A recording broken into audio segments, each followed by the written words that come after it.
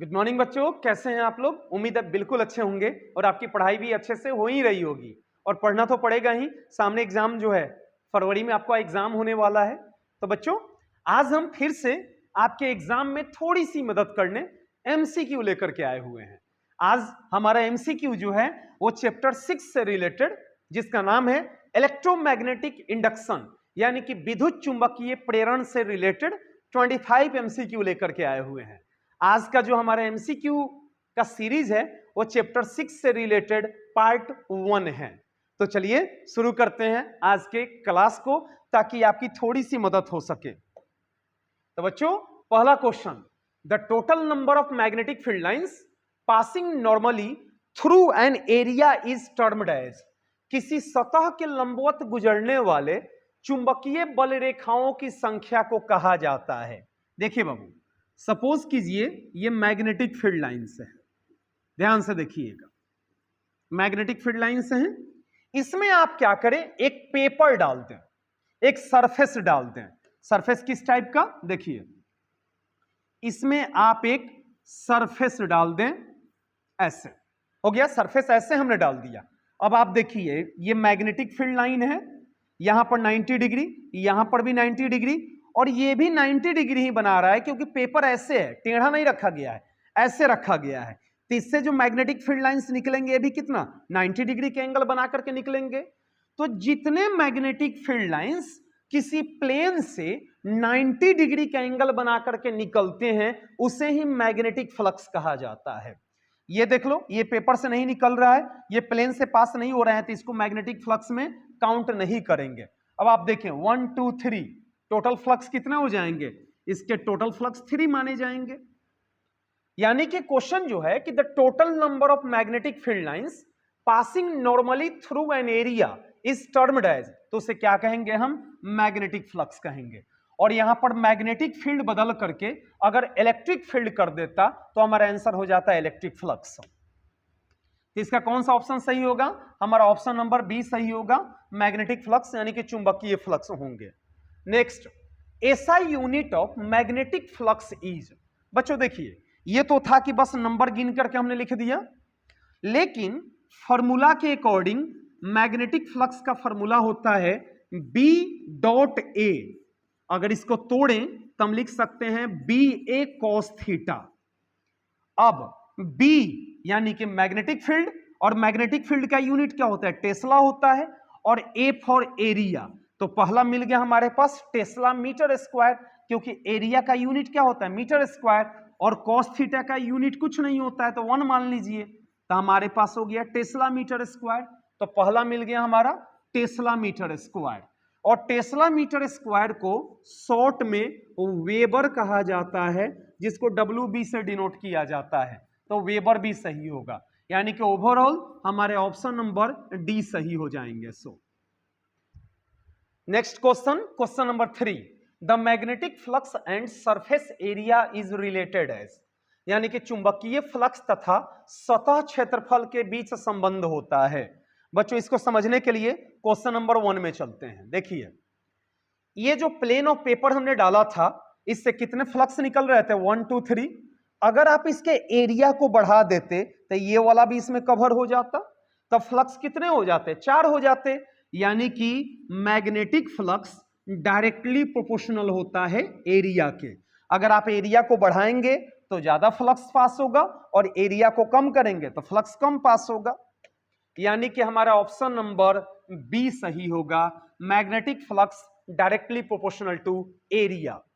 Next question number 4, dimensional formula for magnetic flux.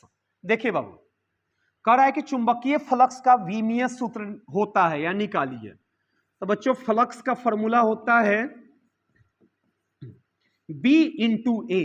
जब इसको तोड़ेंगे तो हमारे पास हो जाएगा बी ए कॉस थीटा, तो कॉस थीटा का तो कोई डायमेंशन नहीं होता है, तो सिंपल बी ए लिख दीजिए। आप एक फॉर्मूला पढ़े होंगे कि मैग्नेटिक फोर्स का फॉर्मूला होता है क्यू भी बी साइन थीटा। तो अगर यहां से बी निकालें आप तो लिख सकते हैं एफ एम बाई क्यू भी sine theta is equal to B. अब बी के बदले में वैल्यू पुट कीजिए यहां पर, तब force of magnet simple force लिख दे रहे हैं, और बाई नीचे है क्यू भी, और साइन थीटा का तो कोई डायमेंशन नहीं होता है, तो साइन थीटा हटा दीजिए और इनटू एरिया यहां रहने देते हैं। अब आप देखें, इस फोर्स के बदले में आप न्यूटन लिख सकते हैं, क्यू के बदले में आई इंटू टी लिख सकते हैं। क्यों? क्योंकि आई इज इक्वल टू होता है क्यू बाई टी, और क्यू इज इक्वल टू हो जाएगा आई इंटू टी। तो क्यू के बदले में हमने आई टी लिख दिया, और ये तो वेलोसिटी है तो रहने दीजिए, ऊपर एरिया है। अब बाबू देखिए, न्यूटन को हम लिख सकते हैं केजी मीटर पर सेकेंड स्क्वायर, ये हमने न्यूटन के बदले में लिख दिया, ठीक है। नीचे इलेक्ट्रिक करंट है तो एम्पियर, यहां टाइम है तो सेकेंड, यहां वेलोसिटी है तो मीटर पर सेकेंड, और ऊपर एरिया है तो मीटर स्क्वायर। अब कटा लेते हैं, देखते हैं कौन कौन कटने वाला है। तो मीटर से मीटर खत्म, सेकंड से सेकंड खत्म, तो हमारे पास क्या बच गया? ऊपर बच गया हमारे पास केजी मीटर स्क्वायर, और नीचे बच गया सेकंड स्क्वायर एम्पियर। अब सबका डायमेंशन रखते हैं, केजी का मास m, मीटर का एल स्क्वायर, और बाई सेकंड का टी, यहां स्क्वायर है तो स्क्वायर कर दीजिए, और एम्पियर का एम्पियर, यानी कि एम एल स्क्वायर टी का पावर -2 और ए का पावर -1 हो जाएगा। कुछ नहीं है तो 1 है, ऊपर जाके माइनस में हो जाएगा। अब आप देख लें कहां मिल रहा है हमारे ऑप्शन, हमारे option number A, M L square T -2 A -1, यानी कि ऑप्शन नंबर ए सही होगा इसका। Next question, question number 5, relation between SI unit and CGS unit of magnetic flux, यानी कि चुंबकीय फ्लक्स के एसआई मात्रक तथा सीजीएस मात्रक में संबंध होता है। देखिए बाबू, एक तरफ लिख देते हैं हम एसआई यूनिट, और दूसरी तरफ लिख दे रहे हैं हम सीजीएस यूनिट, ठीक है ना। सबसे पहले देखिए, मैग्नेटिक फ्लक्स का फॉर्मूला होता है B इंटू ए, इसको ऐसे भी लिख सकते हैं बी ए कॉस थीटा। कॉस थीटा हटा दीजिए, सिंपल क्या बच गया? बी ए बच गया। अब बी का एसआई यूनिट क्या होता है? क्या फॉर्मूला है हमारे पास? बी ए है ना, तब बी का एसआई यूनिट होता है टेस्ला, और ए फॉर एरिया यानी कि मीटर स्क्वायर, ओवरऑल इसको वेबर कहा जाता है। अब आपको सीजीएस में क्या करना है? टेस्ला को गॉस में बदलना है, और मीटर स्क्वायर को सेंटीमीटर स्क्वायर में बदलना है, और ओवरऑल ये बराबर हो जाएगा मैक्सवेल के। तो बदलते हैं टेस्ला को किस में? गॉस में। तो आपको पता है कि 1 टेस्ला इज इक्वल टू होता है 10⁴ गॉस, और मीटर को सेंटीमीटर में, तो 1 metre is equal to 100 centimetre, square square कर देते हैं। अब हो गया 10⁴ गॉस इंटू 100 का स्क्वायर, यानी कि 1 2 3 4 सेंटीमीटर स्क्वायर। इसको ऐसे भी लिख सकते हैं आप, यहां आ जाते हैं 10⁴ गॉस इंटू, ये भी कितना, 1 पर कितना, 4 टाइम्स ऑफ 0 है ना, तो 10⁴ सेंटीमीटर स्क्वायर। तो 4 और 4 8 गॉस सेंटीमीटर स्क्वायर, यानी कि 10⁸ गॉस सेंटीमीटर स्क्वायर किसके बराबर होता है? मैक्सवेल के बराबर होता है। यानी कि ओवरऑल हमें मिल गया कि 1 weber is equal to 10⁸ maxwell, मिल गया ना। तो 1 weber is equal to 10⁸ maxwell. इसको ऐसे भी लिख सकते थे आप, 1 maxwell is equal to 10⁻⁻8 weber, लेकिन ये तो ऑप्शन में है नहीं, तो जो ऑप्शन में है उसको हमने लिख दिया। नेक्स्ट, मैग्नेटिक फ्लक्स में भी चुंबकीय फ्लक्स हो सकता है। तो बच्चों बता दें कि मैग्नेटिक फ्लक्स पॉजिटिव भी हो सकता है, निगेटिव भी हो सकता है, और जीरो भी हो सकता है। कैसे? जब मैग्नेटिक फील्ड और एरिया दोनों का डायरेक्शन सेम हो जाए, तो फ्लक्स का फॉर्मूला होता है बी ए कॉस थीटा। तो डायरेक्शन सेम हो जाए तो एंगल कितना डिग्री? 0 डिग्री। इसको लिख सकते हैं बी ए कॉस 0 डिग्री। कॉस 0 का वैल्यू होता है 1, और ओवरऑल आ गया बी ए किस में आ गया? प्लस में आ गया ना, तब पॉजिटिव आ गया। अब जिधर मैग्नेटिक फील्ड हो उसके ठीक अपोजिट अगर एरिया हो, यानी कि दोनों का डायरेक्शन अपोजिट हो, तो थीटा इजकल टू 180 डिग्री। अब मैग्नेटिक फ्लक्स अगर हम निकालें तो फॉर्मूला यूज करेंगे बी ए कॉस थीटा, यानी कि बी ए कॉस कितना डिग्री? 180 डिग्री, और cos 180 का वैल्यू होता है -1, यानी कि हो जाएगा -BA, या निगेटिव आ गया ना। थर्ड नंबर में अगर मैग्नेटिक फील्ड और एरिया एक दूसरे के परपेंडिकुलर हो जाए, एरिया वेक्टर यहां लिखेंगे, तो फ्लक्स का फॉर्मूला होता है क्या बच्चों, B.A, पता तो होगा ही, BA cos थीटा, यानी कि लिख सकते हैं BA cos कितना डिग्री, थीटा के बदले में 90 डिग्री, और cos 90 का वैल्यू कितना होता है, 0 होता है, तो इसको 0 कर देंगे, ओवरऑल 0 हो गया। यानी कि पॉजिटिव भी, निगेटिव भी और 0 भी, ओवरऑल हमारे ऑप्शन डी सही हो जाएंगे। ठीक है ना, पॉजिटिव भी हो सकता है, निगेटिव भी हो सकता है और 0 भी हो सकता है। चलिए next, Lenz law is used to determine the direction of induced, निम्न में से किसकी दिशा बताने के लिए लेंज का नियम प्रयोग में लाया जाता है। थोड़ा सा हम चलते हैं थ्योरी में, थोड़ा सा इसको समझते हैं। आप क्या करें बच्चों, एक कॉइल ले लें, ठीक है ना, कॉइल को ऐसे रोटेट कर दें, ऐसे इस डिजाइन में बना करके यहां पर गैल्वेनोमीटर लगा दें। गैल्वेनोमीटर क्यों, जो स्मॉल इलेक्ट्रिक करंट को डिटेक्ट कर सकता है। अब आप यहां मैग्नेट रख दें, यहां नॉर्थ पोल और मैग्नेट का यह साउथ पोल है। जब आप इस मैग्नेट को काफी स्पीड में, ठीक है ना, काफी हाई स्पीड के साथ जब कॉइल के नजदीक लाते हैं, तो आप गैल्वेनोमीटर का जो नीडल बीच में था उसका डिफ्लेक्शन आप राइट साइड में देखेंगे, ऐसे डिफ्लेक्शन होगा। इसको थोड़ा सा छोटा बनाते हैं, इसका डिफ्लेक्शन ऐसे हो जाएगा, और जो इलेक्ट्रिक करंट का डायरेक्शन होगा वो एंटी क्लॉकवाइज होगा। तो फैराडे साहब ने सिर्फ इतना बताया था, ठीक है ना, फैराडे साहब ने सिर्फ इतना बताया कि जब किसी कॉइल के नजदीक मैग्नेट के नॉर्थ पोल को लाते हैं तो कॉइल में इलेक्ट्रिक करंट प्रोड्यूस हो जाता है, उसको इंड्यूस इलेक्ट्रिक करंट कहा जाता है, यानी कि प्रेरित विद्युत धारा कहा जाता है। लेकिन करंट का जो डायरेक्शन हमने यहां पर लिख दिया है, यह डायरेक्शन लेंज साहब ने बताया था।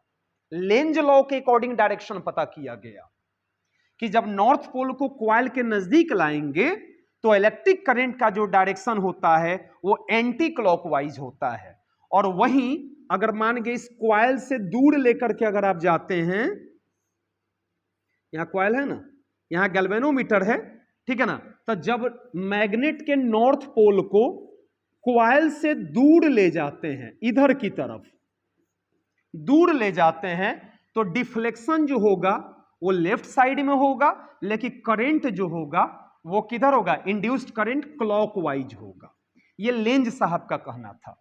फैराडे ने सिर्फ इतना बता दिया कि जब मैग्नेट को हम किसके समीप लाते हैं, किसी कॉइल के नजदीक लाते हैं, तो कॉइल में इलेक्ट्रिक करंट इंड्यूस हो जाता है, और इलेक्ट्रिक करंट इंड्यूस होगा तो ईएमएफ भी इंड्यूस होगा, यानी कि विद्युत वाहक बल भी आएगा।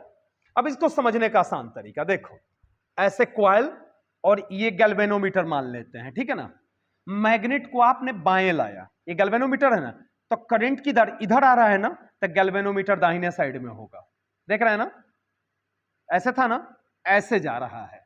लेकिन वहीं यहां देखिए, करंट जब अंदर आ रहा है तो गैल्वेनोमीटर भी अंदर आ रहा है, यानी कि ऐसे आप देख रहे हैं ना, इसको करंट मान लीजिए और इसको गैल्वेनोमीटर मान लीजिए। आप देखें, करंट इधर तो गैल्वेनोमीटर इधर, दोनों बाहर की तरफ, और ये देखिए करंट अंदर तो गैल्वेनोमीटर भी अंदर, अंदर है ना, गैल्वेनोमीटर भी अंदर, ऐसे हो रहा है ना। यहां पर देखिए, एक करंट अंदर आ रहा है तो गैल्वेनोमीटर भी अंदर आ रहा है, और यहां करंट बाहर जा रहा है तो गैल्वेनोमीटर भी बाहर जा रहा है। इस तरह से लेंज लॉ से इलेक्ट्रिक करंट का डायरेक्शन हम पता कर सकते हैं कि कब क्लॉकवाइज है और कब एंटी क्लॉकवाइज। देख रहे हैं ना, करंट एंटी क्लॉकवाइज तो गैल्वेनोमीटर बाहर की तरफ, करंट क्लॉकवाइज तो गैल्वेनोमीटर अंदर की तरफ। ऐसे इसको करंट मान लीजिए, इसको गैल्वेनोमीटर, ऐसे कीजिए, करंट इधर तो गैल्वेनोमीटर इधर, करंट बाहर तो गैल्वेनोमीटर बाहर। सिंपल सा तरीका है, यानी कि लेंज लॉ के द्वारा हम ईएमएफ और करेंट दोनों का डायरेक्शन पता कर सकते हैं। यानी कि ओवरऑल ऑप्शन नंबर कौन सा सही होगा? ऑप्शन नंबर हमारा सी सही हो जाएगा। Next question number 8, length law is based on law of conservation of. Length का नियम आधारित होता है फिल इन द ब्लैंक्स संरक्षण के नियम पर। तो बच्चों इसका आंसर होगा एनर्जी कंजर्वेशन पर डिपेंड होता है। नेक्स्ट, मैग्नेटिक फ्लक्स इज, चुंबकीय फ्लक्स होता है, देखिए बाबू इस दोनों पे एरो साइन है, इस पे नहीं है, यानी कि स्केलर क्वांटिटी होता है। Next, if magnetic field is perpendicular to the surface area, magnetic field is perpendicular to the surface area, ये एरिया और ये मैग्नेटिक फील्ड दोनों के बीच में कितना डिग्री? 90 डिग्री का angle. Then magnetic flux is, कह रहा है कि अगर चुंबकीय क्षेत्र सतह क्षेत्रफल के लंबवत हो तो चुंबकीय फ्लक्स होगा। तो इस कंडीशन में फ्लक्स का फॉर्मूला बी डॉट ए, और जब डॉट को हटाएंगे तब बी ए कॉस थीटा हो जाएगा। और आपको पता है थीटा का बदले में कितना डिग्री? 90 डिग्री रखना है, और कॉस 90 का वैल्यू होता है 0, और 0 में किसी भी चीज से गुना करो 0 हो जाएगा, यानी कि हमारा ऑप्शन नंबर सी सही हो जाएगा। Next, electromagnetic induction was discovered bye, विद्युत चुंबकीय प्रेरण की खोज किसने की? फैराडे ने। अब ये विद्युत चुंबक प्रेरण होता क्या है, इलेक्ट्रोमैग्नेटिक इंडक्शन क्या होता है, तो थोड़ा सा बैक में चलते हैं। ये वाला, किसी भी कॉइल में मैग्नेट की मदद से इलेक्ट्रिक करंट इंड्यूस कर देना, यानी कि इलेक्ट्रिक करंट प्रोड्यूस कर देना, क्या कहलाता है? इलेक्ट्रोमैग्नेटिक इंडक्शन कहलाता है। आप नेक्स्ट क्वेश्चन में देख भी सकते हैं यहां पर, inducing electricity bye magnetism is called, ठीक है ना, यानी कि चुंबकीय क्षेत्र के द्वारा विद्युत धारा प्रेरित करने की प्रक्रिया को कहा जाता है। तो इसका होगा इलेक्ट्रोमैग्नेटिक इंडक्शन, यानी कि मैग्नेट की मदद से, देखो किसी भी मैग्नेट की मदद से किसी कॉइल में करंट प्रोड्यूस कर देना क्या कहलाता है? इलेक्ट्रोमैग्नेटिक इंडक्शन कहलाता है। सिंपल सा तरीका है। Next, the working of dynamo is based on the principle of, dynamo के कार्य सिद्धांत आधारित होते हैं विद्युत चुंबकीय प्रेरण पर। यह भी आपको मिलेगा जब थ्योरी पढ़े होंगे तो मिलेगा। Next, when is the magnetic flux said to be negative, चुंबकीय फ्लक्स को ऋणात्मक कब माना जाता है? तो हमने बताया था कि जब दोनों का डायरेक्शन सेम हो जाए, मैग्नेटिक फील्ड का और एरिया का, तब मैग्नेटिक फ्लक्स पॉजिटिव होता है। जब दोनों का डायरेक्शन एक दूसरे का अपोजिट हो जाए, ये मैग्नेटिक फील्ड और ये एरिया दोनों का डायरेक्शन अपोजिट हो जाए, तो theta 180 degree.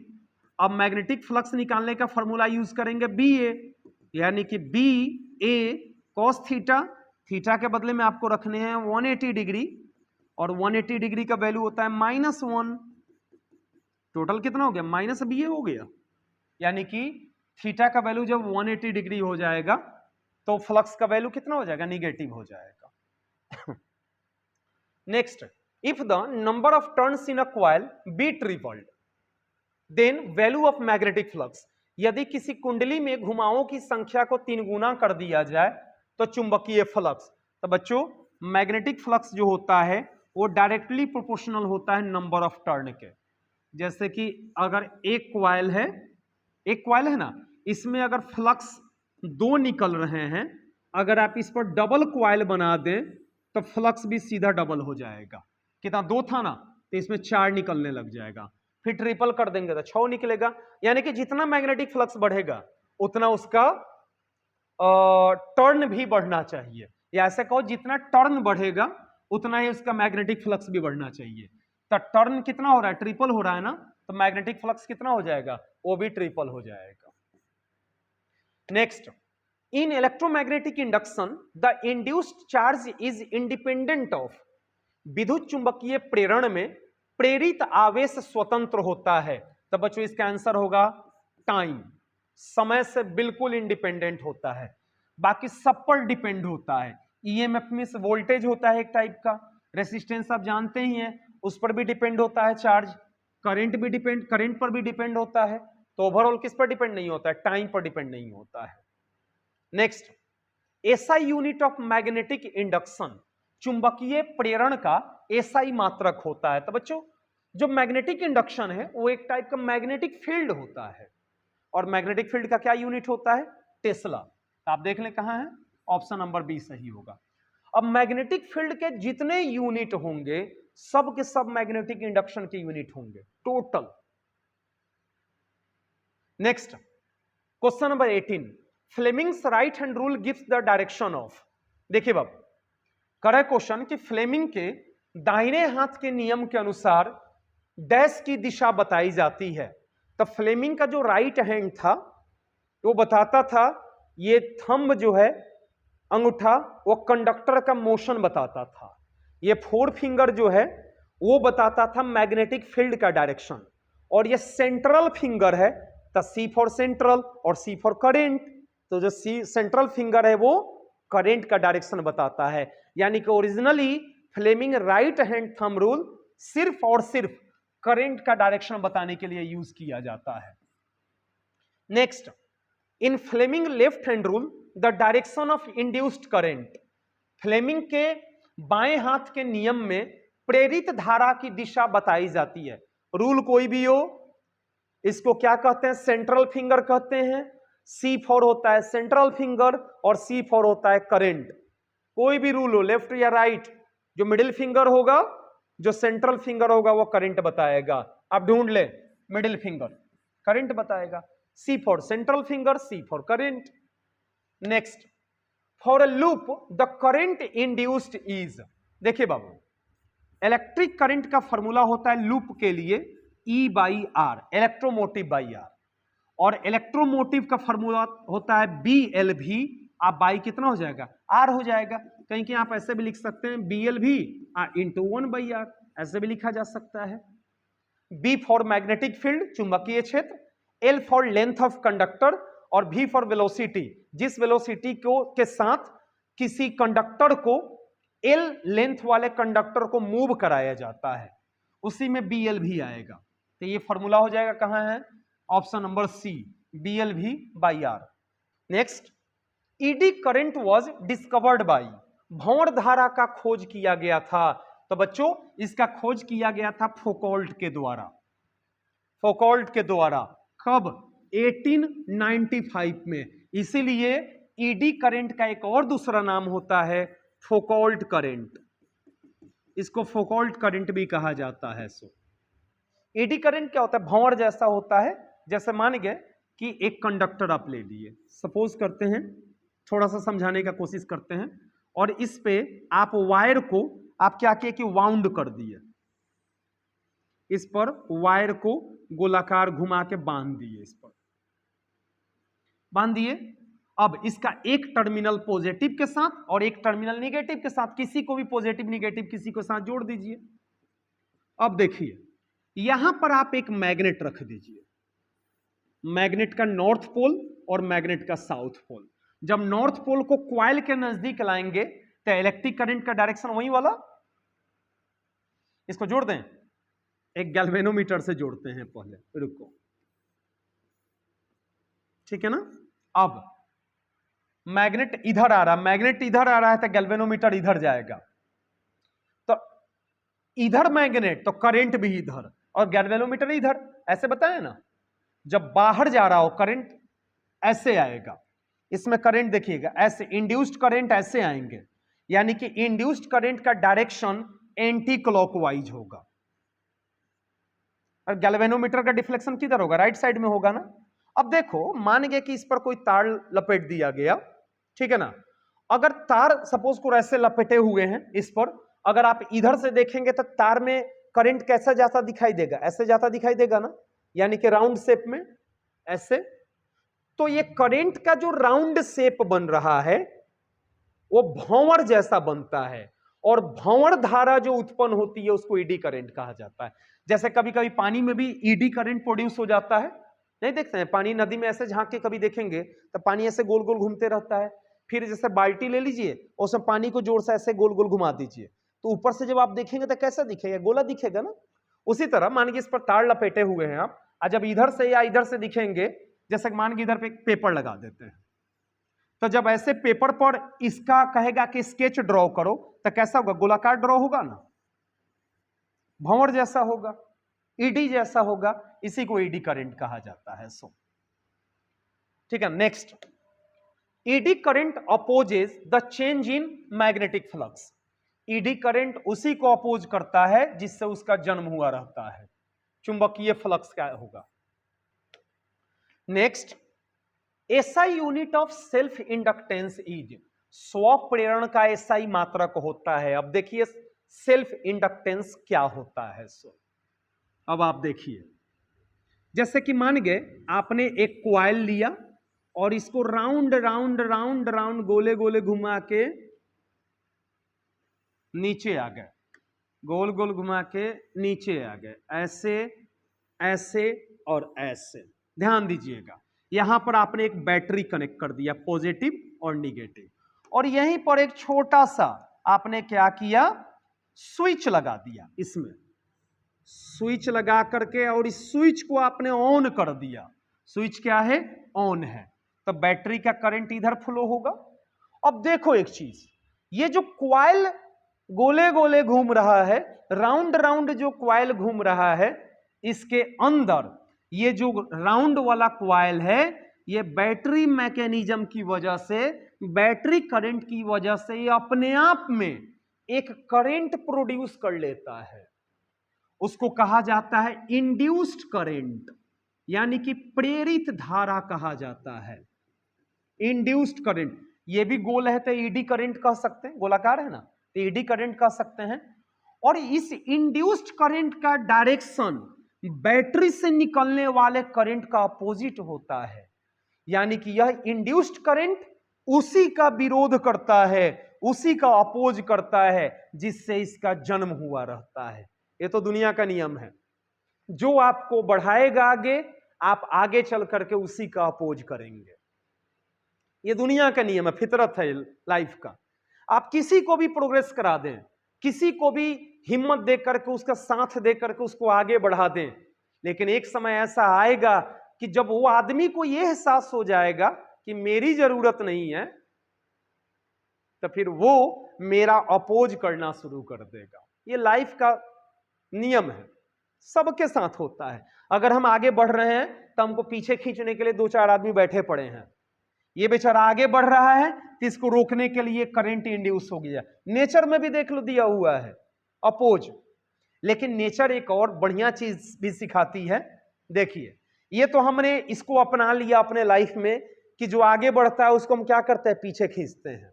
Simple, mummy papa ने हमें जन्म दिया, शुरू से पाला पोसा, और थोड़ा सा बड़े हो जाते हैं, जब लगता है कि हमें किसी की जरूरत नहीं है, तो हम मम्मी पापा के बातों का विरोध करने लग जाते हैं, यानी कि हम उसी का विरोध करते हैं जिससे हमारा जन्म हुआ। ये कितना मेंटालिटी गलत है। सो लेकिन क्या करोगे, इसमें भी तो वही चीज कर रहा है। लेकिन नेचर ने एक दूसरा ऑप्शन भी दिया। इसने कहा कि मान गए कि आप क्वाइल आप ले लो यहां पर, और इसको आप जोड़ दीजिए किसके साथ, बैटरी के साथ, पॉजिटिव और निगेटिव। अब आपको क्या करना है, यहां पर स्विच लगाने हैं, और यहां पर स्विच को क्या करना है, ऑन ऑफ रख देना है। स्विच ऑफ रहने चाहिए। जब आप स्विच ऑफ करेंगे, यहां पर इलेक्ट्रिक करंट बढ़ रहा था, तो इंड्यूस्ड करंट इस इलेक्ट्रिक करंट का विरोध कर रहा था।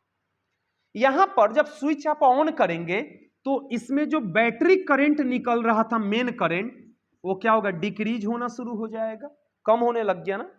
जब डिक्रीज होना शुरू होगा तो इसमें जो इलेक्ट्रिक करंट इंड्यूस्ड हो रहा था वो भी तो कम होना शुरू होगा।